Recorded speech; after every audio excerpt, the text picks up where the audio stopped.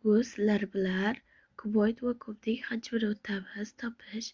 Birinchi bo'lib bu teng qilib 13,6 santimetrni ko'paytirib olganimizda mana shu javob chiqadi santimetr. Keyingisi 18, 5, 24 ni ko'paytirganimizda 2160 santimetr kvadrat chiqadi, kub chiqadi. Keyingisi bu shaklni topishimiz uchun 7 ni ko'paytirib olsak mana shu javob chiqadi santimetr kub.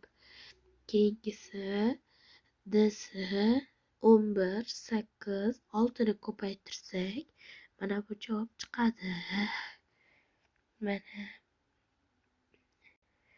endi sizlar bilan bu tomonni o'tamiz. Bu tomon 6, 13, 6, 5 santimetrni ko'paytirsak mana shu javob chiqadi 390 metr kub. Keyingisi bu shaklni topishimiz uchun v teng 20, 18, 3 ni ko'paytirsak 1,800,000 chiqadi metr kub.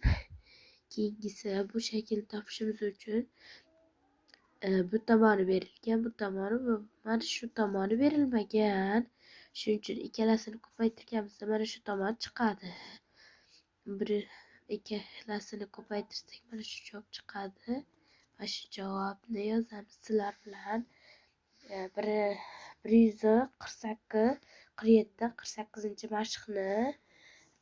48 mashqni o'tdik. Menga podpiska bo'lib, obuna bo'lib qo'yasizlar.